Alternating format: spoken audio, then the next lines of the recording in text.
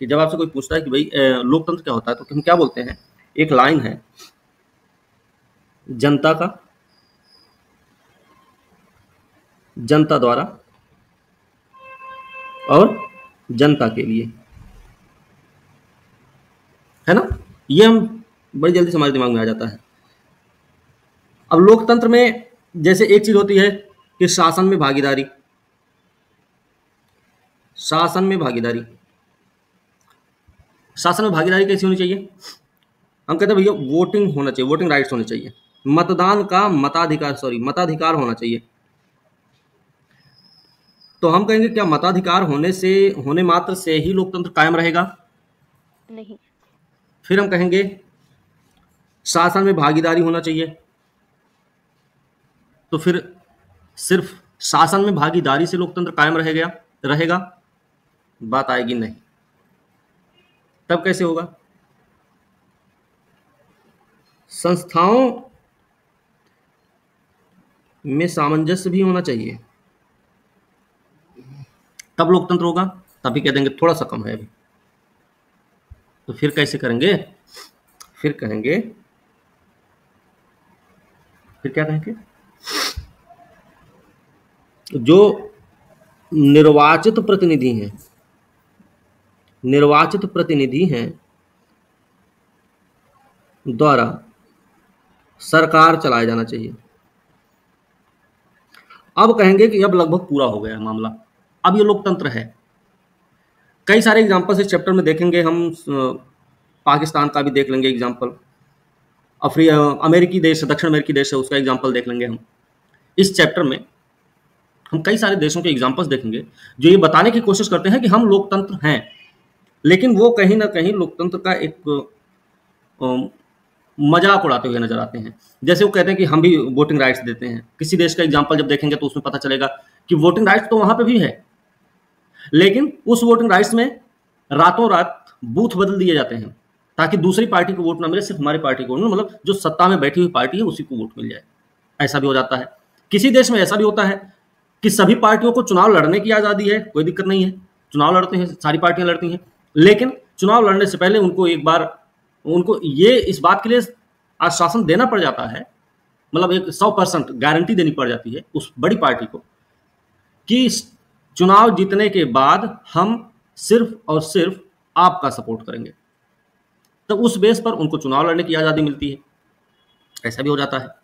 ऐसा भी एक लोकतंत्र देखेंगे हम जिसमें पता चलेगा कि लोकतंत्र को कायम करने के लिए एक लोकतंत्र का जो भद्दा मजाक टाइप का होता है वैसा दिखाने भर के लिए हम जनमत संग्रह करवा लेते हैं।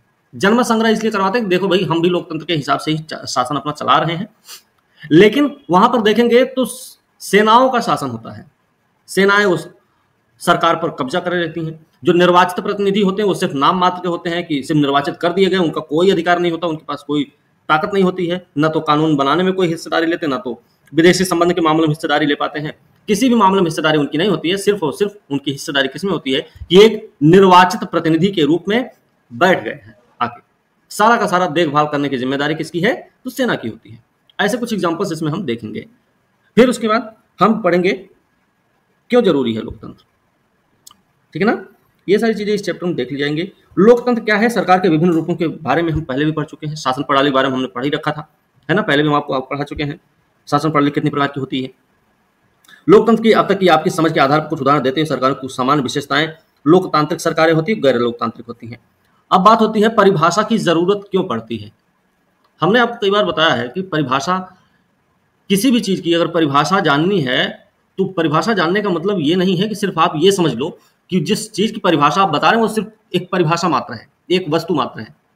परिभाषा बताने से आपको इतना भी पता हो जाना चाहिए कि उसका महत्व क्या है, उसका लाभ क्या है, उसका जन्म कब हुआ, बात समझ है ना, वो कैसे बना है, क्या क्या उसमें लगा है, उपयोगिता क्या है, उसको बनाने का उद्देश्य क्या है। मतलब एक परिभाषा से आपको इतनी सारी चीजें मिल जाती हैं सिर्फ परिभाषा जानने से। बात समझे? इसमें जैसे कह रहे हैं, सबसे पहले एक मेधावी छात्रा मेरी की आपत्ति पर गौर किया जाए, वो लोकतंत्र को परिभाषित करने के इस तरीके को पसंद नहीं करती है।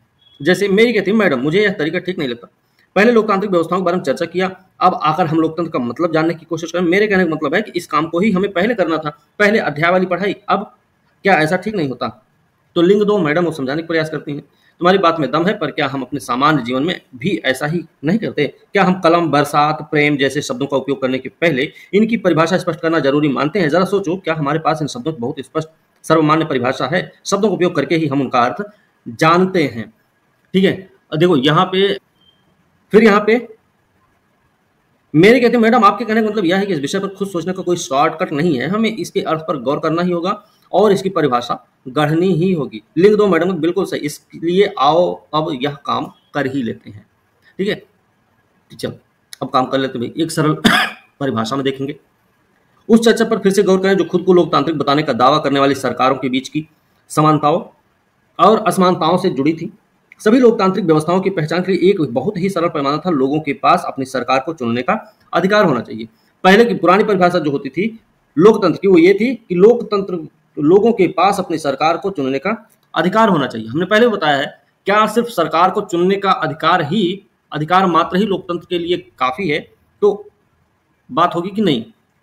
इसलिए हम एक सरल परिभाषा से शुरुआत कर सकते हैं कि लोकतंत्र शासन का एक ऐसा रूप है जिसमें शासकों का चुनाव लोग करते हैं।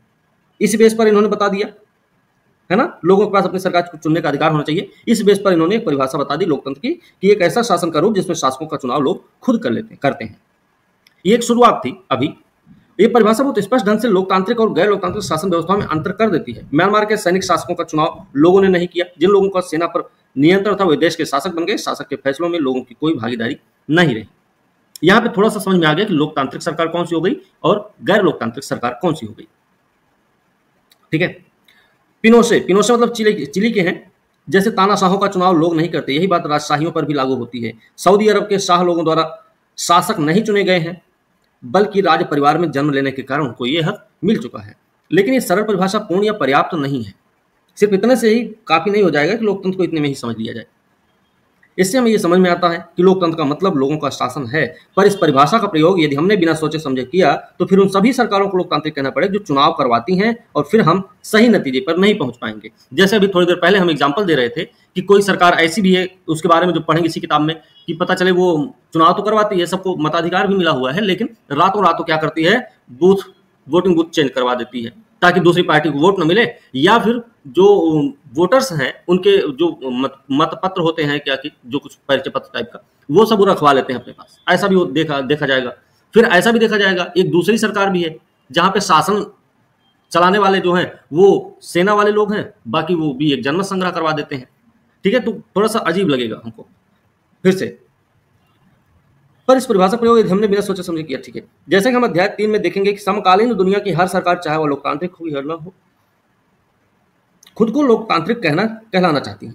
इसलिए हमें असली लोकतंत्र और दिखावटी लोकतंत्र वाली सरकारों के बीच सावधानी पूर्वक फर्क करना होगा। यह काम हम तभी कर पाएंगे जब हम इस परिभाषा के एक एक शब्द को सावधानी से समझें और लोकतांत्रिक सरकार की विशेषताओं को जानेंगे।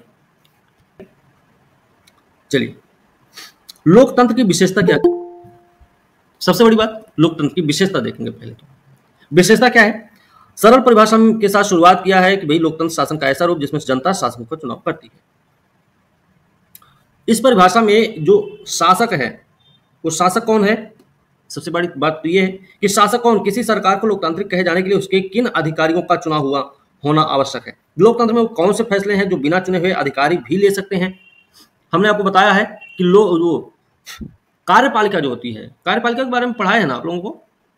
जी सर। है ना? जी सर। हमने बताया है जो कार्यपालिका है वो दो प्रकार की है। एक तो आपकी है स्थायी और दूसरी है अस्थायी।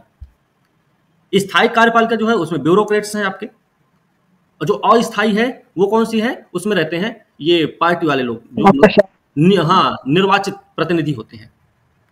अस्थायी में निर्वाचित होते हैं और स्थायी में कौन होते हैं? नियुक्त वाले होते हैं, है ना, जिसको नियुक्ति मिली रहती है।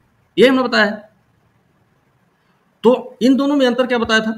हमने बताया कि एक कार्यपालिका ऐसी है जिसका कार्यकाल चलेगा सिर्फ 5 साल तक, अस्थायी है, वो कभी भी भंग भी हो सकती है, 5 साल से पहले भी भंग हो जाएगी, कोई दिक्कत नहीं है।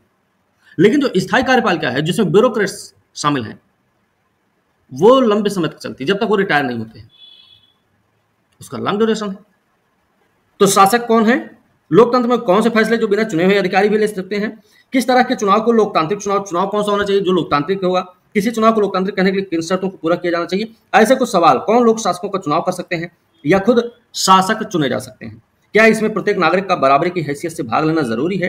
क्या कोई लोकतांत्रिक व्यवस्था अपने कुछ नागरिकों को इस अधिकार से वंचित कर सकती है? सरकार के किस स्वरूप को लोकतांत्रिक कहा जाएगा भाई? क्या चुने हुए शासक लोकतंत्र में अपनी अपनी मर्जी से सब कुछ कर सकते हैं? अपनी मर्जी से सब कुछ कर सकते हैं, ये बात गलत है। भारत में जैसे कौन है? विधायिका, कार्यपालिका, न्यायपालिका। कार्यपालिका पर विधायिका का नियंत्रण होता है, लेकिन एक बात और याद रखना, हमने ये भी बताया आपको, विधायिका कार्यपालिका पर नियंत्रण तो रखती है, लेकिन साथ ही साथ वो खुद को भी कार्यपालिका के माध्यम से नियंत्रित करती है। ये भी हमने आपको बताया है। मतलब ये नहीं है कि विधायिका बिल्कुल एकदम चल। क्या लोकतांत्रिक शासन व्यवस्था को नागरिकों के कुछ अधिकारों का आदर करना चाहिए? कुछ उदाहरण साथ एक एक करके समझते हैं। फैसले निर्वाचित नेताओं के हाथ में होते हैं। लोकतंत्र की विशेषता की बात है। आप अब यहां पे एक काम कर सकते हैं, ऐसे लिख सकते हैं, लोकतंत्र की विशेषता।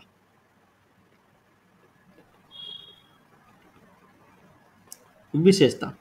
अब इस विशेषता में पहला पॉइंट आप लिख सकते हैं, प्रमुख फैसले निर्वाचित प्रतिनिधि करते हैं या निर्वाचित नेता के हाथ में होता है। ऐसे लिख सकते हैं आप। पाकिस्तान में जनरल परवेज मुशर्रफ ने अक्टूबर 99 में सैनिक तख्ता पलट किया। अगुवाई की उन्होंने लोकतांत्रिक ढंग से चुनी हुई सरकार को उखाड़ फेंका, खुद को देश का मुख्य कार्यकारी घोषित कर लिए। बाद में उन्होंने खुद को राष्ट्रपति घोषित किया। 2002 में एक जनमत संग्रह करा के अपने कार्यकाल 5 साल के लिए बढ़वा लिया।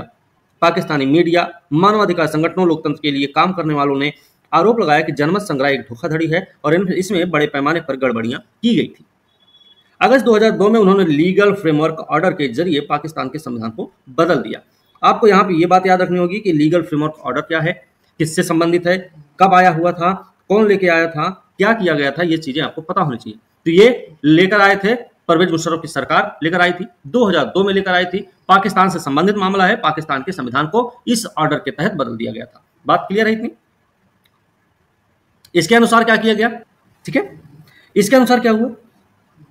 राष्ट्रपति राष्ट्रीय प्रांतीय असेंबलियों को भंग कर सकता है। इस ऑर्डर के जरिए क्या क्या अधिकार मिले राष्ट्रपति को?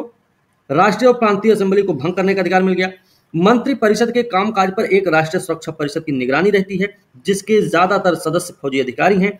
इस कानून के पास हो जाने के बाद क्या चीज होगी? राष्ट्रीय और प्रांतीय असेंबलियों के लिए चुनाव कराए गए, जब ये ऑर्डर पास हो गया। इस प्रकार पाकिस्तान में चुनाव भी हुए, चुने हुए प्रतिनिधियों को कुछ अधिकार भी मिले, लेकिन सर्वोच्च सत्ता सेना के अधिकारी और जनरल परवेज मुशर्रफ के हाथ में थी। स्पष्ट है कि जनरल मुशर्रफ के शासन वाले पाकिस्तान को लोकतंत्र न कहने के अनेक ठोस कारण रहे हैं। सबसे बड़ा ठोस कारण तो यही रहा है कि शासन चलाने वाले जो लोग थे वो जनप्रतिनिधि नहीं थे। सबसे बड़ी बात तो यही है ना?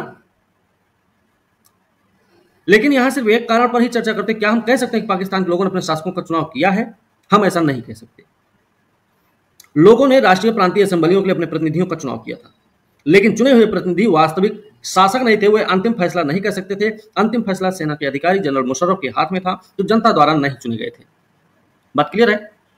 इसलिए वही अभी जो हम पहले बताए आपको, ऐसा तानाशाही राजशाही वाली अनेक शासन व्यवस्थाओं में होता है। वहां औपचारिक रूप से चुनी हुई संसद और सरकार तो होती है, पर असली सत्ता उन लोगों के हाथ में होती है जिन्हें जनता नहीं चुनती। कुछ देशों में असली ताकत विदेशी शक्तियों के हाथ में रहती है, न कि चुने हुए प्रतिनिधियों के हाथ में। इसे लोगों का शासन नहीं कहा जा सकता। मतलब हम ये बोल सकते हैं कि लोकतंत्र में, ये आप लिख सकते हैं, अंतिम निर्णय लेने की शक्ति लोगों द्वारा चुने हुए प्रतिनिधियों के पास ही होनी चाहिए।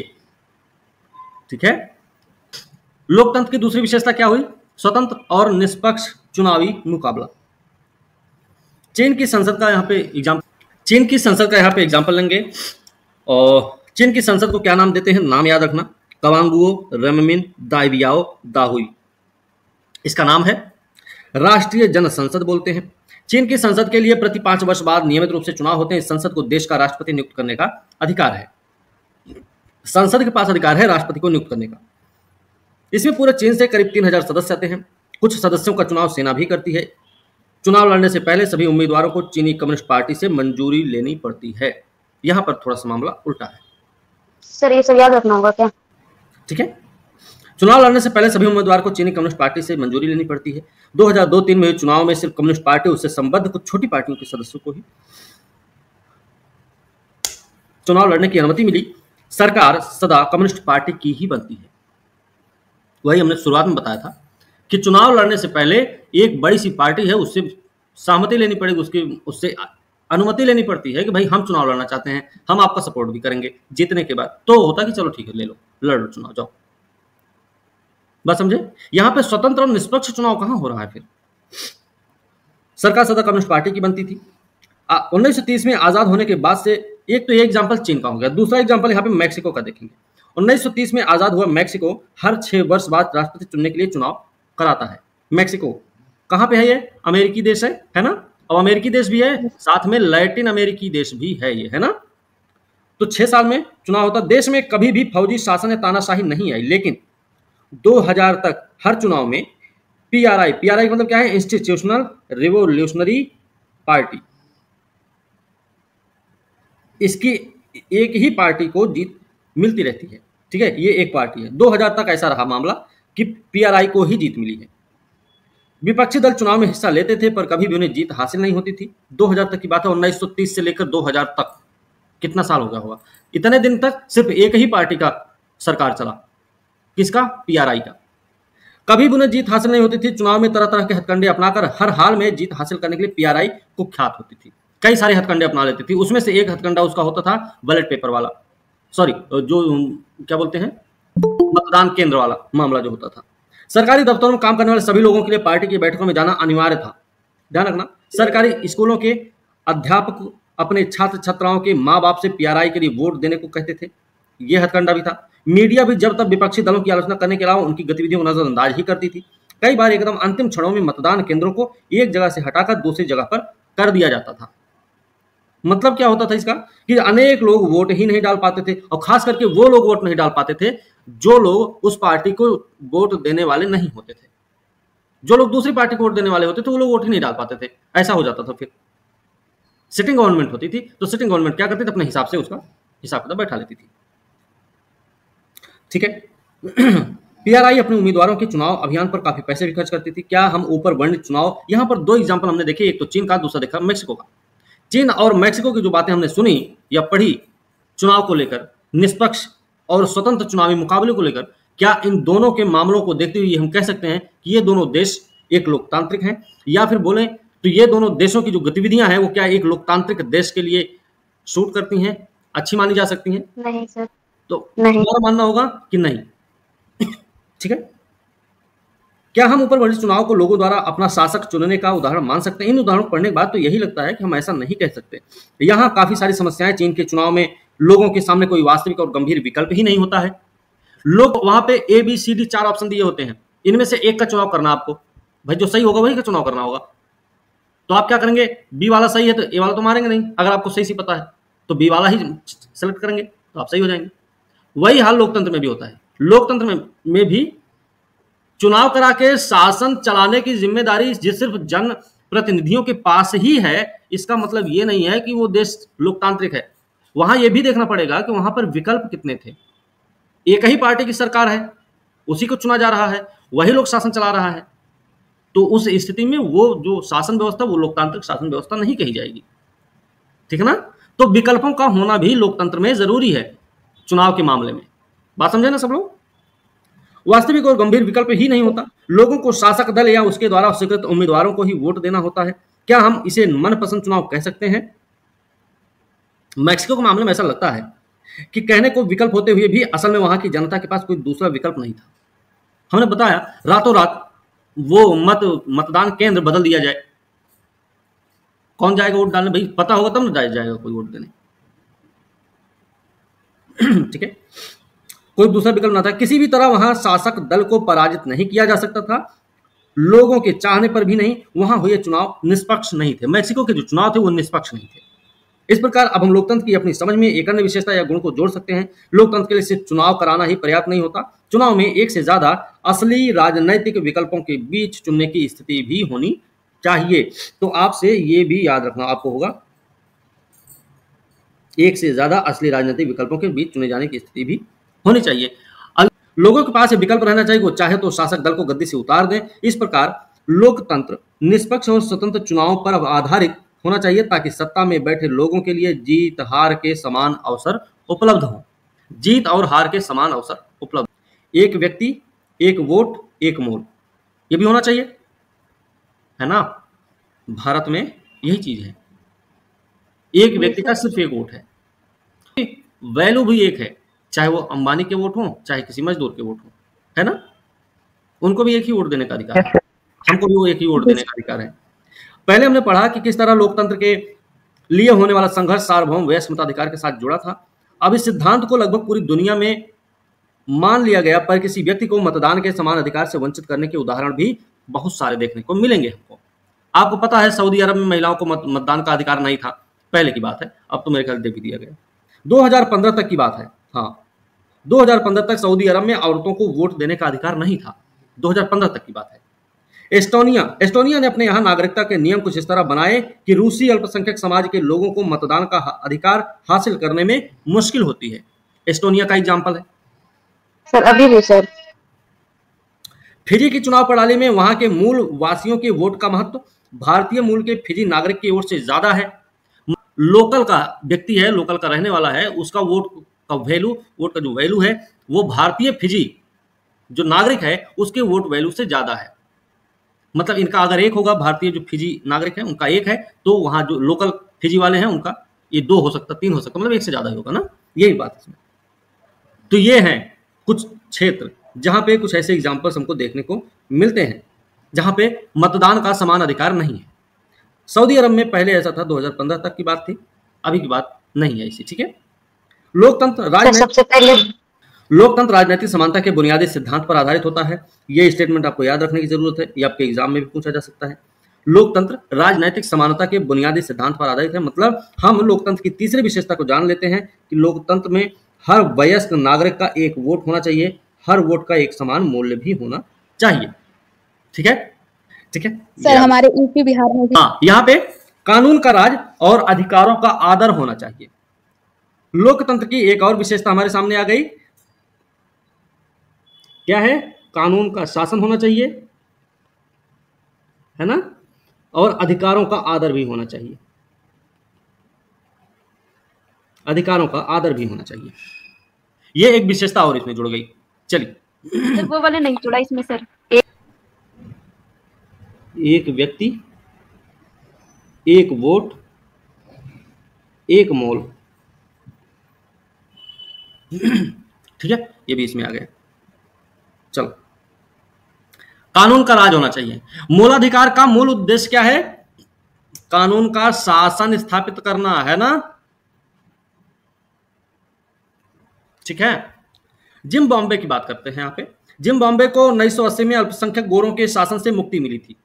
अल्पसंख्यक गोरों के शासन से मुक्ति मिली जिम्बाब्वे को 1980 में। उसके बाद देश पर जानू पीएफ दल का राज है, जिसने देश के स्वतंत्रता संघर्ष की अगुवाई की थी। तो जानू पीएफ दल का राज रहा, जो स्वतंत्रता संघर्ष में हिस्सा लिया था। इसके नेता थे रॉबर्ट मुगाबे, आजादी के बाद से ही शासन चला रहे थे। तो रॉबर्ट मुगाबे को याद रखना है, जिम्बाब्वे से संबंधित है।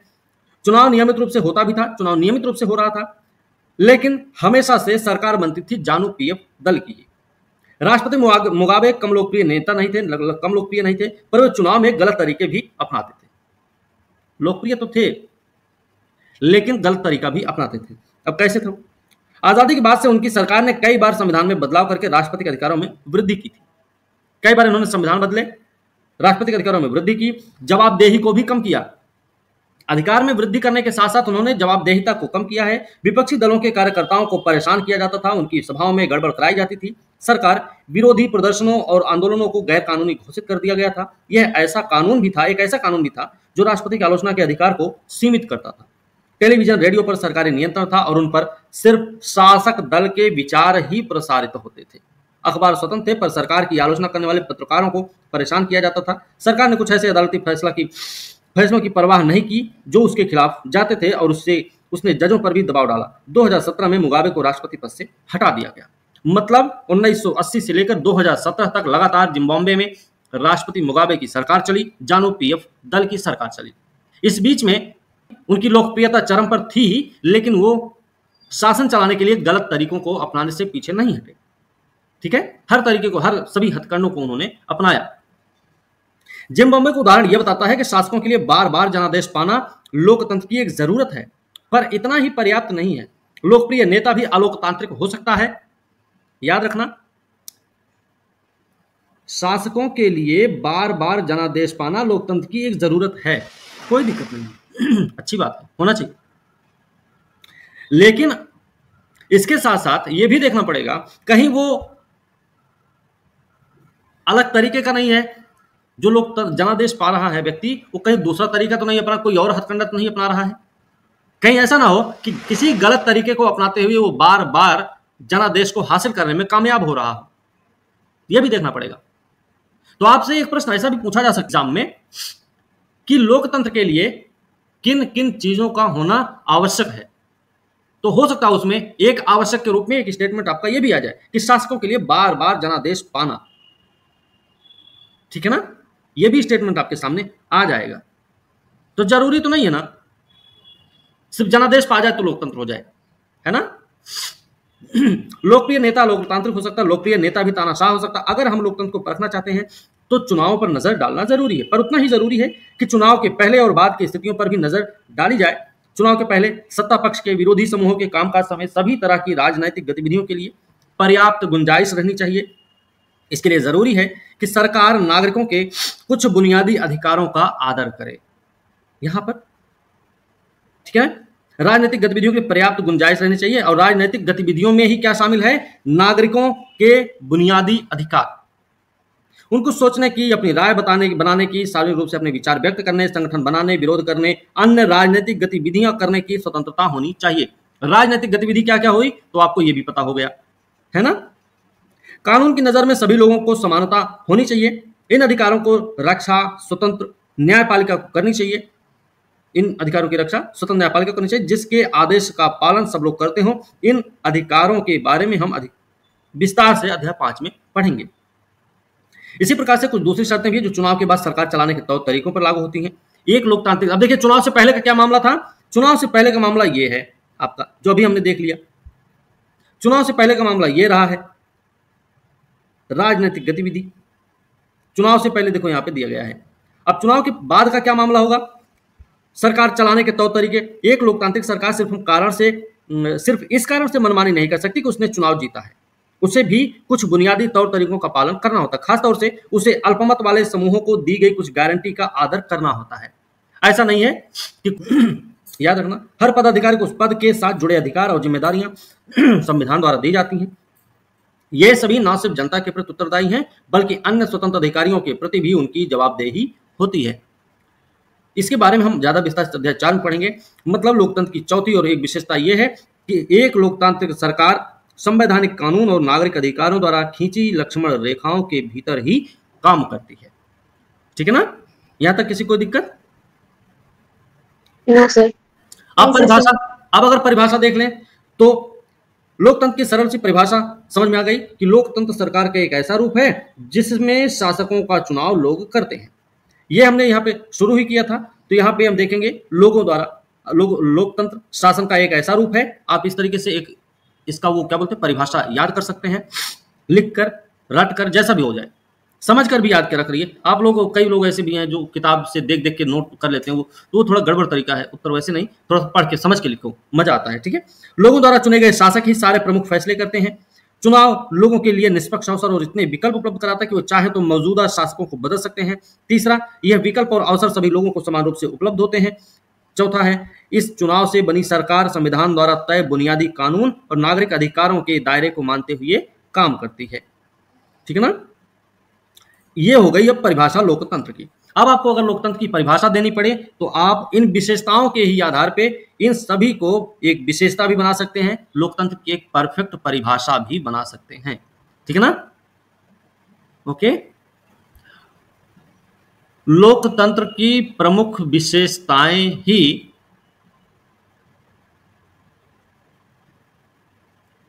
उसके महत्व का निर्धारक है। निर्धारक। हाँ, निर्धारक है।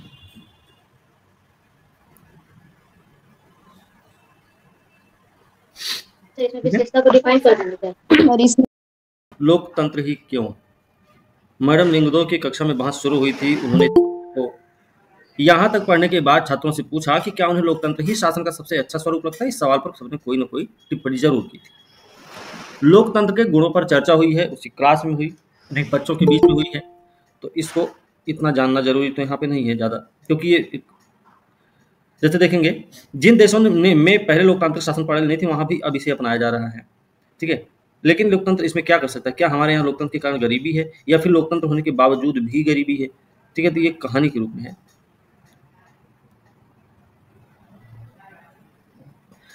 जैसे बहस जो हुई है योलांदा, हम लोकतांत्रिक देश में रहते हैं, दुनिया भर में सभी जगह लोग लोकतंत्र चाहते हैं। जिन देशों में पहले लोकतंत्र तांत्रिक शासन प्रणाली नहीं थी वहां भी अब इसे अपनाया जा रहा है। सभी महान लोगों ने लोकतंत्र के बारे में अच्छी अच्छी बातें कही है।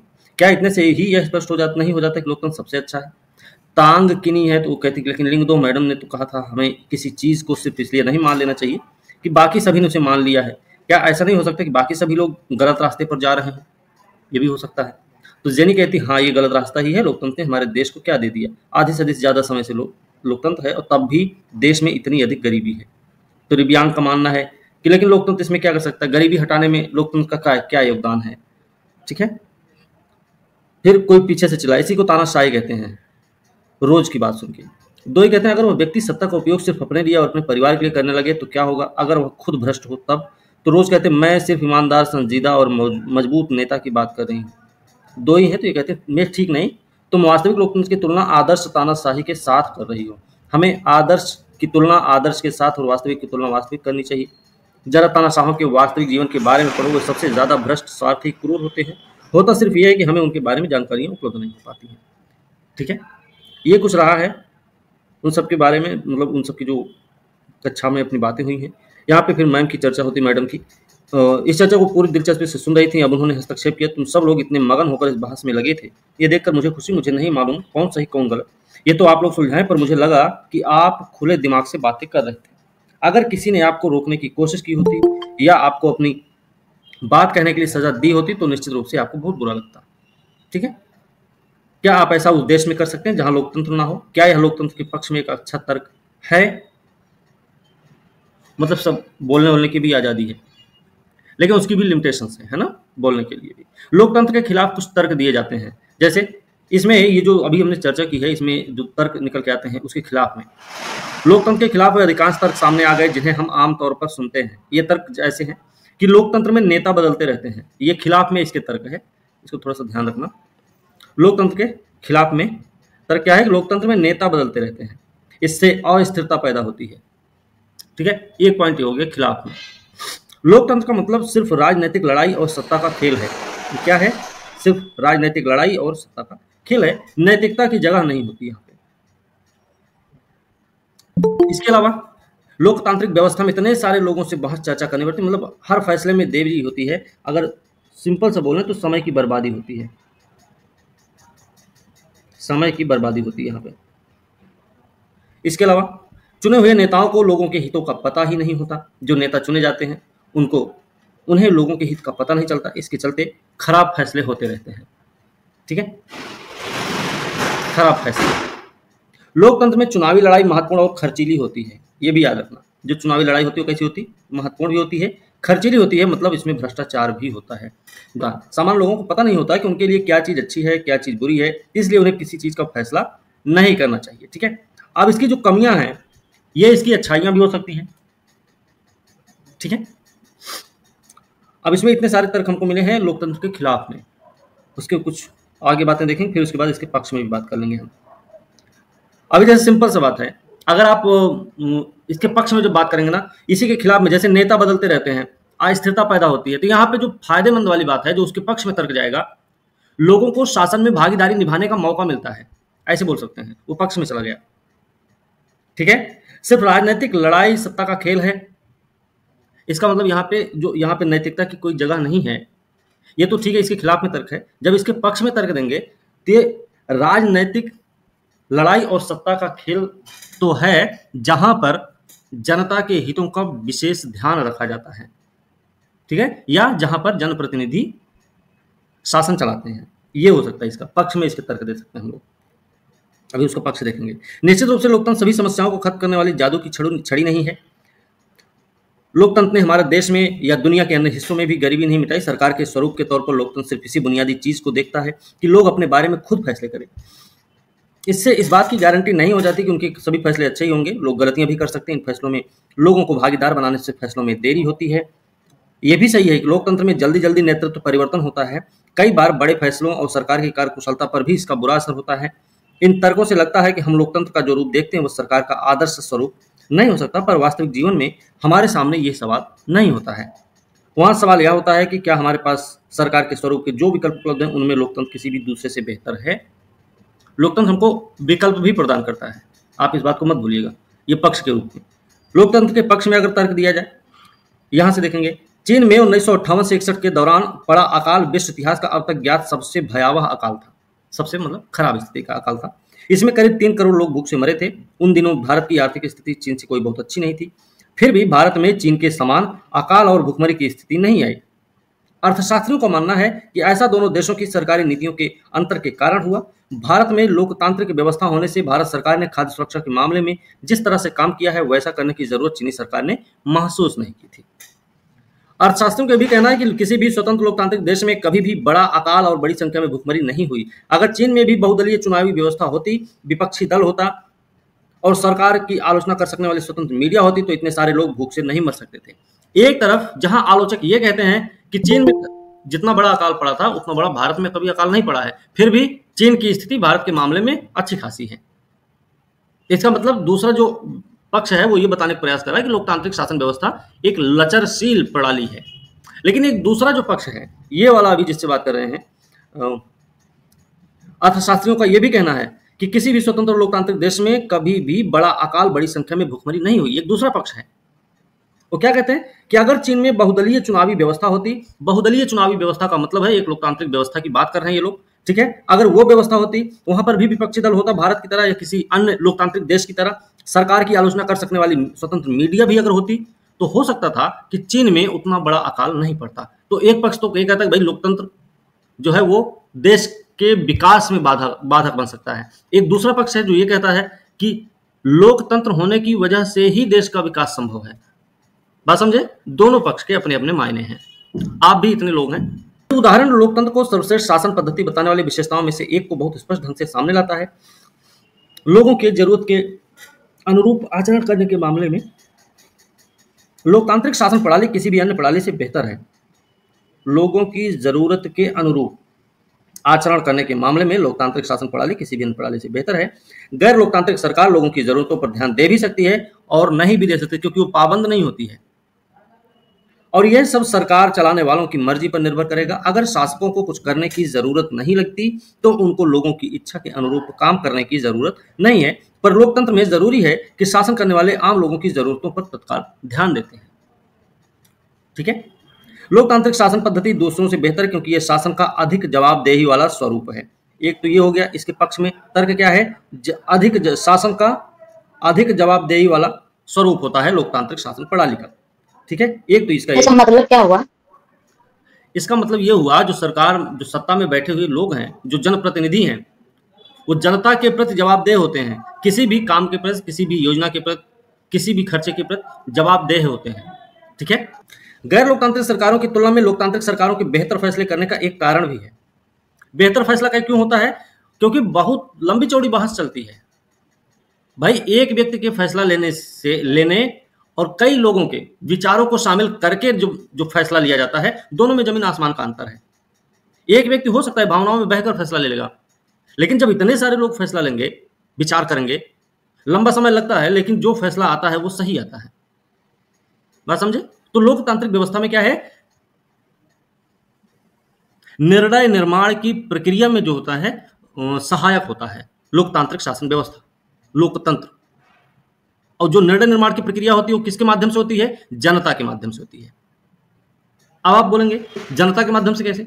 क्योंकि जनता ने ही अपने प्रतिनिधियों को भेज दिया है चुन के कि भाई जाओ आप हमारा प्रतिनिधित्व करो वहां पे। बात समझ रहे हैं? तो लोकतंत्र का आधार व्यापक चर्चा और बहस है, ये आपको याद होना चाहिए। शुरू में हमने क्या बताया था, उसके विपक्ष में जब तर्क दे रहे थे तो हमने यही बात की थी, व्यापक चर्चा। लोकतांत्रिक फैसले में हरदम ज्यादा लोग शामिल होते हैं, चर्चा करके फैसले होते हैं, बैठकें होती है। अगर किसी एक मसले पर अनेक लोगों की सोच लगे हो तो उसमें गलतियों की गुंजाइश कम से कम हो जाती है। एक व्यक्ति का फैसला भावनाओं में बहकर भी लिया जा सकता है। बात समझ रहे हैं ना? कोई भी एक व्यक्ति फैसला लेगा, इसमें कुछ ज्यादा समय जरूर लगता है, लेकिन महत्वपूर्ण मसलों पर थोड़ा समय लेकर फैसले करने के अपने लाभ भी हैं। इससे ज्यादा उग्र या गैर जिम्मेवार फैसले लेने की संभावना घटती है। मतलब लोकतंत्र क्या करता है, बेहतर निर्णय लेने की संभावना बढ़ाता है, निर्णय निर्माण की प्रक्रिया में सहायक होता है, बेहतर निर्णय निर्माण की प्रक्रिया में सहायक होता है। ठीक है ना? लोकतंत्र। इसी से जुड़ा एक तीसरा तर्क यह भी है कि लोकतंत्र मतभेद और टकरावों को संभालने का तरीका उपलब्ध कराता है। कैसे? ये कैसे होगा? किसी भी समाज में लोगों के हित और विचारों में अंतर होगा ही होगा। अपनी क्लास में ही इतने सारे लोग हैं, इतने सारे लोगों के विचारों में, सोचने समझने के तरीके में बहुत अंतर है, जमीन आसमान का अंतर भी हो सकता है। लेकिन सब बैठे तो रहते ना, सब पढ़ते तो हैं साथ में बैठ के। ऐसा भी नहीं है किसी तो कोई स्पेशल है यहाँ पे कि हम उसके साथ विशेष ट्रीटमेंट हो रहा है हमारा, है ना, कोई विशेष व्यवहार हो रहा है, तो बाकी सबको हमने ऐसे ही छोड़ रखा है। या किसी को हमने बड़ा सा सिंहासन दे दिया है, बाकी सबको कहा चलो जमीन पर बैठो। एक स्कूल है, स्कूल में जो यूनिफॉर्म लागू ड्रेस कोड लगाया जाता है, वो क्यों लगाया जाता है? वो ड्रेस कोड लगाने का सिंपल सा मतलब है, वो चाहे कितना अमीर ही क्यों ना हो, चाहे कोई कितना गरीब क्यों ना हो, सबके ड्रेस एक जैसे होंगे। कोई ये नहीं दिखाने की कोशिश करेगा कि हम बहुत अमीर हैं, कोई ये भी नहीं दिखाने की कोशिश करेगा कि हम बहुत गरीब हैं। बात समझे ना? तो वहां पे उस स्कूल में सभी बच्चे आपस में क्या देखते हैं, एक दूसरे को एक दूसरे के बराबर देखते रहते हैं। अमीर गरीब कोई किसी को नहीं देखता। फिर दूसरी बात है, ऐसा भी होता है कि जैसे आगे वाली सीट पे, जैसे बड़े बड़े जो कॉलेज आप गए हो तो वहां पे देखेंगे एक छोटी, उसके बाद पीछे उससे बड़ी, फिर उससे पीछे उससे बड़ी, उससे बड़ी, फिर उससे बड़ी, ऐसी सीटें लगी रहती हैं। ऑडिटोरियम का नाम सुना होगा आपने, कभी कभी कॉलेज, जो बड़े कॉलेज होते हैं ना, उसमें ऑडिटोरियम भी होता है। लेकिन नॉर्मल स्कूल में क्या देखते हैं, एक सीट लगी रहती है, सिंपल सी एक लाइन वाली सीट लगी रहती है, उसी पे सबको बैठना होता है ना? तो ये सब क्या है, कहीं ना कहीं ये एक बराबरी का भाव बताते हैं। समाज में हर वर्ग के लोग रहते हैं, हर तरीके के लोग रहते हैं, लेकिन उन सबके विचारों का जैसा भी पुलिंदा हो, जैसी उनकी सोच हो, जैसी मानसिकता हो, लेकिन रहते उसी समाज में है। बात समझ रहे हैं ना? भारत की तरह भारी सामाजिक विविधता वाले देश में इस तरह का अंतर और भी ज्यादा होता है। अलग अलग इलाकों में अलग अलग समूह के लोग रहते हैं, विभिन्न भाषाएं बोलते हैं, धार्मिक मान्यताएं अलग अलग हैं, जातियां भी जुदा जुदा। दुनिया को ये सभी अलग अलग दृष्टिकोण से देखते हैं और उनकी पसंद में भी अंतर है। एक समूह की पसंद और दूसरे समूह की पसंद में टकराव भी होता है। ऐसे टकराव को कैसे सुलझाएंगे? इसे ताकत के बल पर सुलझाया जा सकता है। जिस समूह के पास ज्यादा ताकत होगी वह दूसरे को दबा देगा, कमजोर समूह को इसे मानना पड़ेगा। लेकिन इससे नाराजगी और असंतोष भी पैदा होगा। बकरी की मां कब तक खैर मनाएगी, है ना? ये वाली कहावत कई बार आप सुने होंगे। अगर कमजोर आदमी को दबाते रहेंगे बार बार तो कितनी बार, कब तक वो दबता रहेगा? एक ना एक दिन तो ऐसा आएगा कि वो अपना सर उठा ही देगा। ठीक है, ठीक है। असंतोष पैदा होगा। ऐसी स्थिति में विभिन्न समूह ज्यादा समय तक साथ में नहीं रह सकते। लोकतंत्र इस समस्या का एकमात्र शांतिपूर्ण समाधान उपलब्ध करता है। लोकतंत्र में कोई भी स्थायी विजेता नहीं होता, ये याद रखना, और कोई स्थायी रूप से पराजित भी नहीं होता। जो विभिन्न समूह एक दूसरे के साथ शांतिपूर्ण ढंग से रह सकते हैं। भारत की तरह विविधता वाले देश को लोकतंत्र ही एकजुट बनाए हुए है। 15,000 बोलियां हैं और लगभग आपको बताएं हजारों हजार की मान्यताएं हैं भारत में। कल्चर्स कई सारे हैं यहाँ पे। साथ ही साथ भौगोलिक परिस्थितियां भी आप देखेंगे तो बहुत अलग अलग नजर आएंगी आपको। इतना सब कुछ होने के बावजूद भी भारत एक देश है, एक लोकतांत्रिक देश है, एक प्रभुत्व संपन्न है, अखंड भारत है ना? क्यों है? क्योंकि भारत एक लोकतांत्रिक देश है। लोकतांत्रिक देश में सबकी भावनाओं का ध्यान रखा जाता है। उनको अपनी भाषा में बात करना पसंद, कोई दिक्कत नहीं। उनको अपनी मान्यताओं के आधार पर रहना, खाना, चलना, बोलना, फिरना, उठना, बैठना, सोना, जागना सब कुछ पसंद है, तो उनकी बात ठीक है, कोई बात नहीं है। ठीक ना। उनके अपने कल्चरल प्रोग्राम है, वो भी सही है। पहाड़ी क्षेत्र में रहते हैं, उनको अपना अलग है, उनके यहाँ ठंडी पड़ रही है, हमारे यहाँ गर्मी पड़ रही है, कोई दिक्कत नहीं भाई, तुम रजाई ओढ़ के रहना, हम सब पंखा चला लेंगे। कोई दिक्कत है? कोई जाके बोलता है अच्छा नहीं नहीं पहाड़ी वाले ऐसे नहीं कर सकते, तुम लोग रजाई का है, हम तो कंबल ओढ़ रहे हैं, ऐसा कर सकते हैं क्या? नहीं तो लोकतांत्रिक का मतलब ही यही है कि वो देश की एकता अखंडता को बरकरार रखने में महत्वपूर्ण भूमिका निभाता है। ठीक है, ऐसे हम कई सारे एग्जाम्पल्स देख चुके हैं पहले भी। बेहतर सरकार और सामाजिक जीवन पर प्रभाव के हिसाब से 3 तर्क लोकतंत्र को काफी मजबूत साबित करते हैं, लेकिन लोकतंत्र के पक्ष में सबसे मजबूत तर्क उससे बनने वाली सरकार के कामकाज से जुड़ा नहीं है। यह तर्क है लोकतंत्र और नागरिक के रिश्ते का। क्या है कि लोकतंत्र में नागरिकों की जो हैसियत होती है वह किसी और व्यवस्था में नहीं होती है। अगर इस व्यवस्था में बेहतर फैसले लेने, उत्तरदायी सरकार चलाने का काम ना भी हो, तब भी यह दूसरों से बेहतर होगी। क्यों बेहतर होगी भाई? लोकतंत्र नागरिकों का सम्मान बढ़ाता है। लोकतंत्र राजनीतिक समानता के सिद्धांत पर आधारित है। ये आपको इंपॉर्टेंट याद रखना है, क्योंकि हो सकता है कि आपसे प्रश्न पेपर में पूछा जाए। यहां सबसे गरीब और अनपढ़ को भी वही दर्जा मिलता है जो अमीर और पढ़े लिखे लोगों को मिलता है। ठीक है ना। इसीलिए ये कैसे राजनीतिक समानता के सिद्धांत पर आधारित है। लोग किसी शासक की प्रजा ना होकर खुद अपने शासक होते हैं। लोकतंत्र में क्या होता है? लोग किसी की प्रजा नहीं है, लोग खुद में शासक हैं। हर एक व्यक्ति शासक होता है। अगर वो गलतियां करते हैं तब भी वो खुद इसके लिए जवाबदेह होते हैं। बात समझे? लोकतंत्र के पक्ष में तर्क यह भी है कि लोकतांत्रिक व्यवस्था दूसरों से बेहतर है, क्योंकि हमें अपनी गलती ठीक करने का मौका भी मिलता है। जैसा कि हमने ऊपर देखा है, इस बात की कोई गारंटी नहीं कि लोकतंत्र में कोई गलती नहीं हो सकती। देखो इस बात के लिए तो हमेशा मान के चलना ये बात कि लोकतंत्र में कोई गलती नहीं होती है, ये तो बिल्कुल गलत है। गलती क्योंकि इंसान से ही होती है। जो लोकतंत्र है वो इंसानों को मिलाकर ही बना हुआ एक संगठन है। लोकतंत्र एक संस्था है, तो इंसान से गलती होती है, मतलब उस संस्था से भी गलती हो सकती है। लेकिन लोकतंत्र एक ऐसा समूह है, एक ऐसी सुविधा भी उपलब्ध करवा देता है कि आप अपनी गलती को सुधार भी सकते हैं। बात समझे? किसी भी किस्म की सरकार इस बात की गारंटी नहीं दे सकती। इस मामले में लोकतंत्र का लाभ यह है, इसमें गलतियों को ज्यादा देर तक छुपाए नहीं रखा जा सकता। इन गलतियों पर सार्वजनिक चर्चा की गुंजाइश लोकतंत्र में है और फिर इनमें सुधार करने की गुंजाइश भी है। इसका मतलब यह कि या तो शासक समूह अपना फैसला बदले या शासक समूह को ही बदला जा सकता है। लोकतांत्रिक देश में क्या है कि अगर शासक समूह अपने फैसले को नहीं बदलता है तो शासक को ही बदल दिया जाएगा।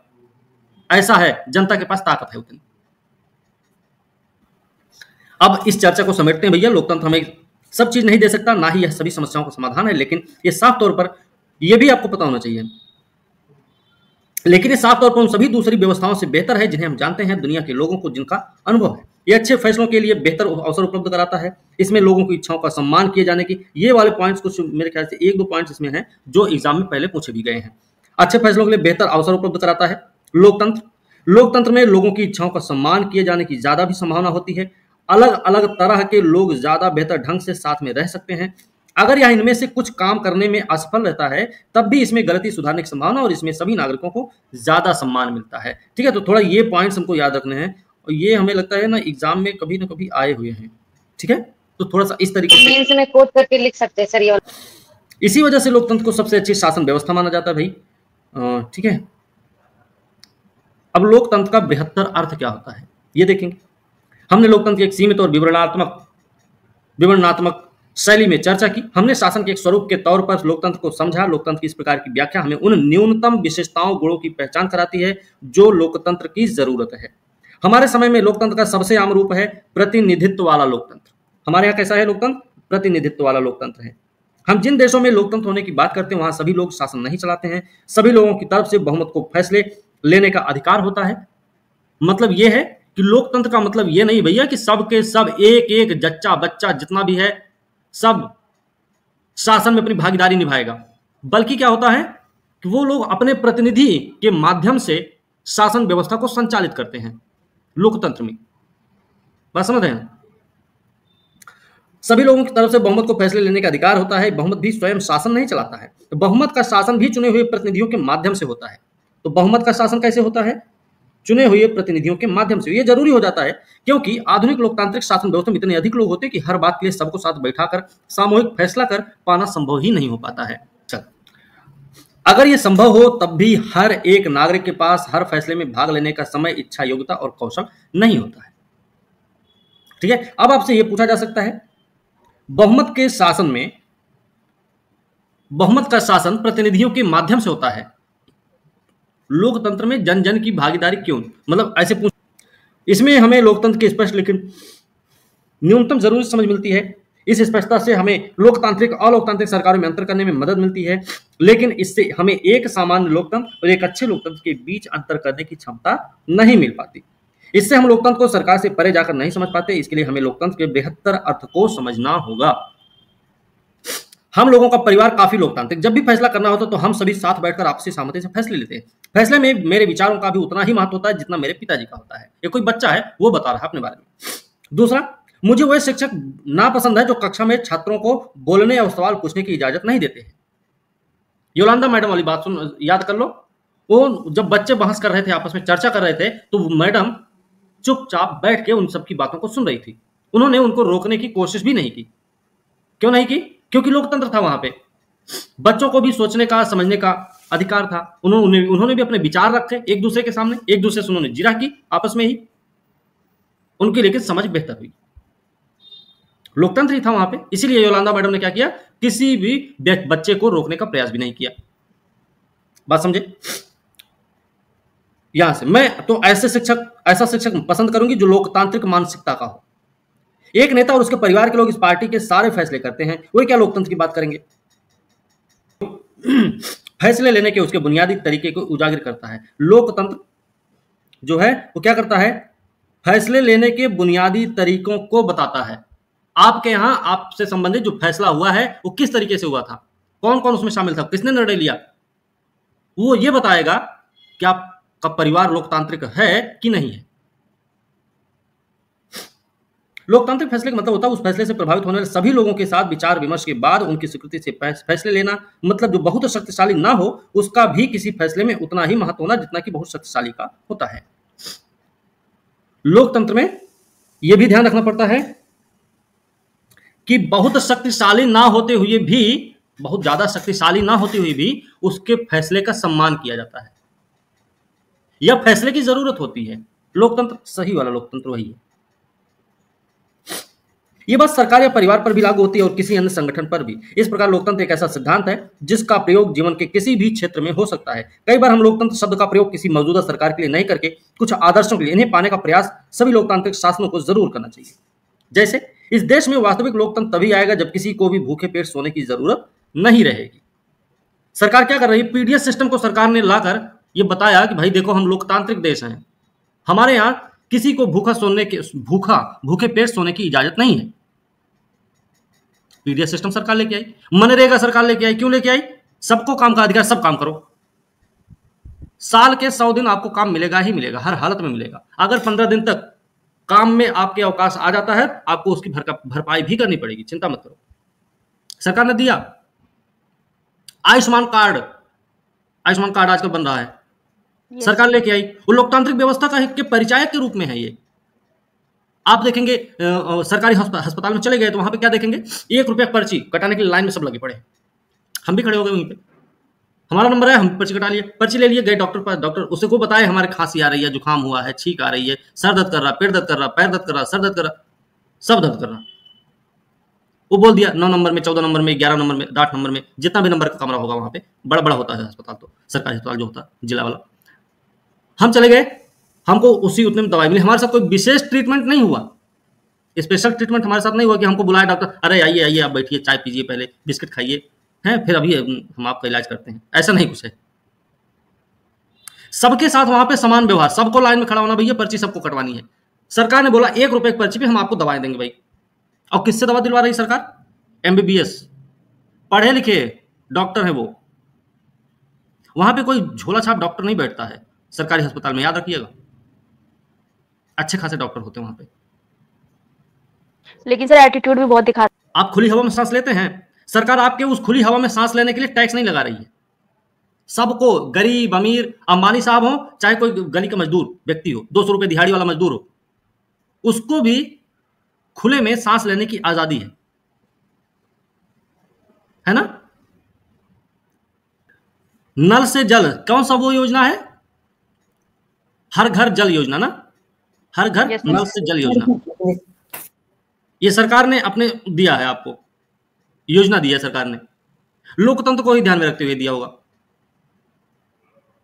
सड़क पे चलते हैं बेफिक्र होके, वो अलग बात है कि वहां पे ये चीजें थोड़ी सी लोकतंत्र के लिए आपको क्या बोलते हैं कि उदाहरण स्वरूप हो सकती हैं, ठीक है। तो थोड़ा सा हम सबको क्या करना है, इन एग्जाम्पल्स को भी आप ध्यान में रख सकते हैं, ठीक है ना। देश का लोकतांत्रिक स्वरूप, चलो बताओ, अब बताते चलो फिर। सिर्फ देश का ही बताना, कहीं विदेश का नहीं बताना, सिर्फ देश का बताना है।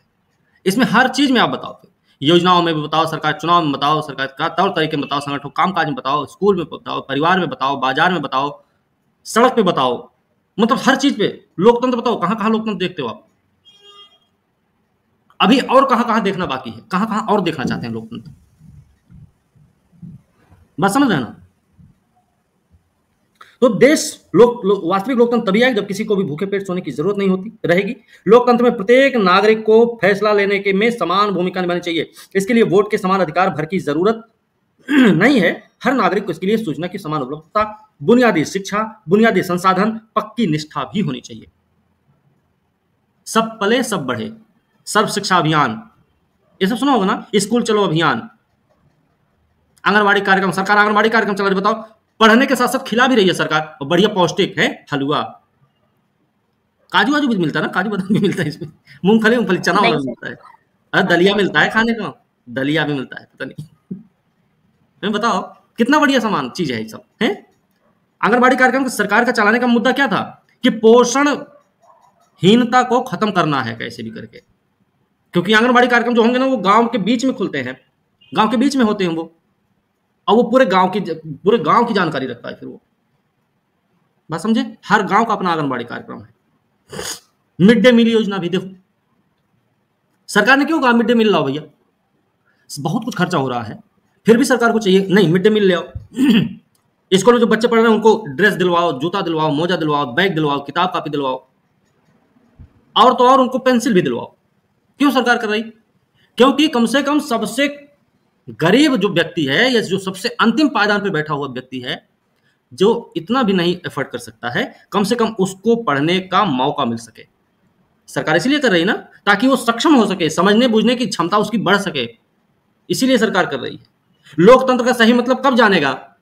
वो तभी जान पाएगा ना जब थोड़ा पढ़ लिख लेगा, सही से समझदार बन जाएगा। अगर हम इन आदर्श पैमानों के आधार पर आज की शासन व्यवस्थाओं को परखेंगे तो लगेगा कि दुनिया में कहीं भी लोकतंत्र नहीं। फिर भी आदर्श के रूप में लोकतंत्र की हमारी समझदारी बार बार यह याद दिलाती है कि हम लोकतंत्र को इतना महत्व क्यों देते हैं। इससे हमें मौजूदा लोकतांत्रिक व्यवस्थाओं को परखने, उनकी कमजोरियों की पहचान करने में मदद मिलती है। इससे हमें न्यूनतम या काम चलाऊ लोकतंत्र और अच्छे लोकतंत्र के बीच का अंतर समझने में मदद मिलती है। इस किताब में हमने लोकतंत्र की व्यापक अवधारणा पर ज्यादा बातें नहीं की, हमने सिर्फ शासन के एक तरीके के रूप में लोकतंत्र के कुछ बुनियादी संस्थागत स्वरूपों की चर्चा की। अगले साल आप लोकतांत्रिक समाज अपने लोकतंत्र के मूल्यांकन के तरीकों के बारे में और ज्यादा बातें जानेंगे।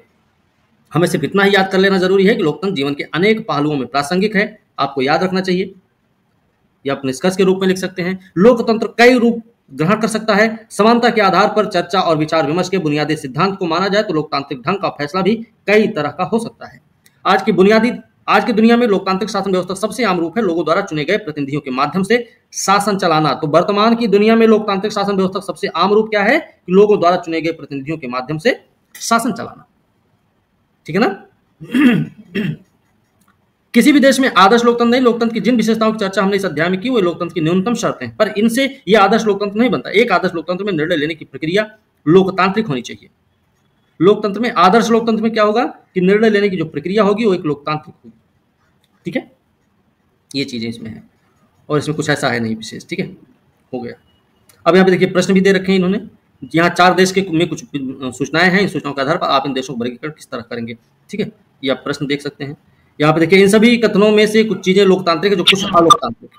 हर कथन में इन चीजों को अलग अलग करके लिखना है, ठीक है। यहाँ पे देखिए प्रश्न लिखने वाला भी प्रश्न होगा, कहीं लिखने वाला प्रश्न नहीं है क्या?